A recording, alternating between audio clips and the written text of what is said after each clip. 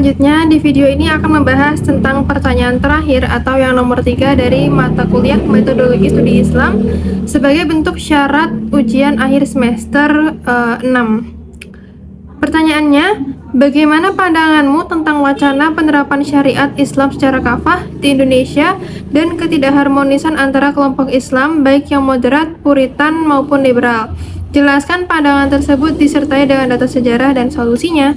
Jawabannya adalah wacana penerapan Islam secara menyeluruh atau secara kafah di negara Indonesia adalah isu yang kompleks dan juga kontroversial. Di satu sisi, ada kelompok yang mendukung penerapan syariat ini secara menyeluruh sebagai solusi dari berbagai permasalahan sosial dan juga moral di Indonesia.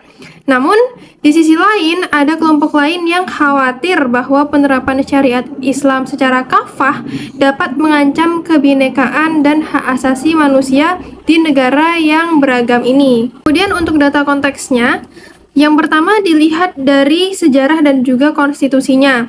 Indonesia adalah negara dengan mayoritas muslim, tetapi juga merupakan negara yang berdasarkan dengan Pancasila sebagai ideologinya. Nah, Pancasila ini mencerminkan prinsip-prinsip pluralisme dan juga toleransi, bukan hukum agama tertentu. Kemudian, sejak kemerdekaan, Indonesia telah menghadapi berbagai gerakan yang menginginkan penerapan Islam secara kafah atau menyeluruh, termasuk pada pemberontakan DI/TII di Jawa Barat pada tahun 1950-an yang dipimpin oleh Kartosoewirjo. Dilihat dari segi upaya implementasi lokal, beberapa daerah di Indonesia seperti Aceh memiliki otonomi atau hak istimewa khusus yang memungkinkan mereka menerapkan syariat Islam dalam beberapa aspek hukum. Aceh misalnya menerapkan kanun jinayat yang mengatur hukum pidana berdasarkan syariat Islam. Contoh lain adalah Perda Syariah di beberapa kabupaten atau kota yang mengatur aspek-aspek sosial dan budaya dengan sesuai ajaran Islam. Apabila Islam diterapkan secara kafah atau secara menyeluruh di negara Indonesia yang notabene merupakan negara yang beragam atau negara yang penuh dengan perbedaan mulai dari suku, ras, agama, kepercayaan, bahkan bahasa, nah maka akan muncul ketidakharmonisan antar kelompok Islam sendiri bila Islam diterapkan secara kafah. Nah, yang pertama karena faktor perbedaan ideologi dan juga pendekatan. Kelompok Puritan, misalnya Salafi dan Wahabi, seringkali menginginkan penerapan Islam secara ketat atau literal. Nah, kemudian ada juga kelompok moderat yang cenderung mendukung prinsip-prinsip Islam yang diadaptasi dengan konteks sosial, politik Indonesia, serta sesuai dengan Pancasila. Dan ada juga kelompok liberal yang menekankan pada interpretasi kontekstual dan hak asasi manusia, seringkali menolak penerapan hukum Islam yang kaku atau yang literal.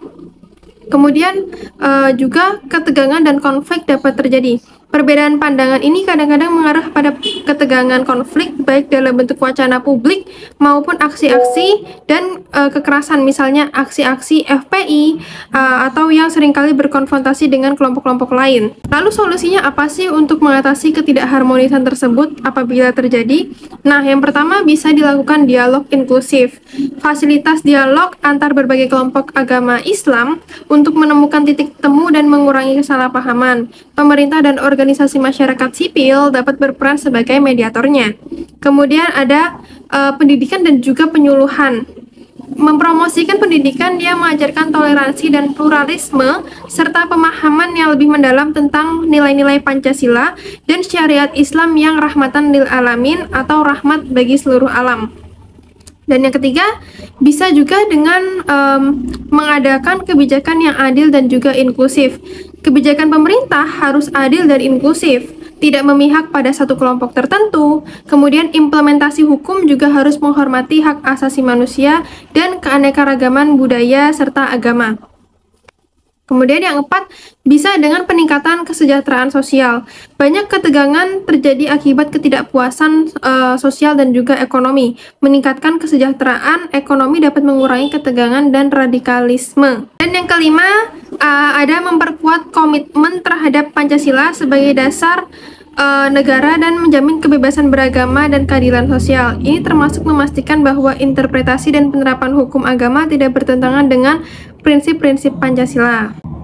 Nah, dengan adanya pendekatan yang inklusif, adil, mengedepankan dialog, serta berpendidikan, ketidakharmonisan antar kelompok-kelompok Islam di Indonesia dapat dikelola dengan baik. Penerapan syariat Islam harus dipertimbangkan secara hati-hati agar sejalan dengan prinsip-prinsip negara yang pluralistik dan menghormati agama dan hak asasi manusia.